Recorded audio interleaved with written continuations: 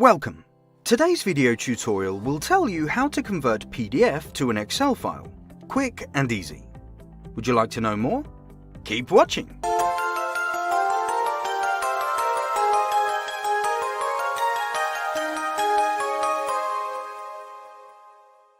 There are more ways how you can transfer data from a PDF file to Excel and have them ready for further work. In this video, we're going to have a look at how to manage all this, simple and easy. And to do that, we're going to use the Microsoft Word application.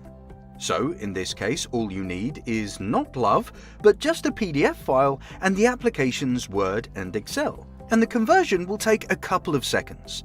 And here's how. First, open Microsoft Word.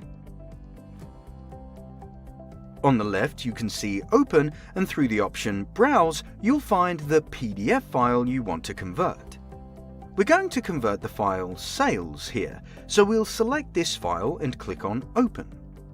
Word will notify you that the PDF file is going to be converted into an editable document. It may take a while though, and the final document may not look exactly like the original one, which sometimes happens when the original PDF contains a lot of graphics. Confirm with OK, and the data table has been transferred to Word now.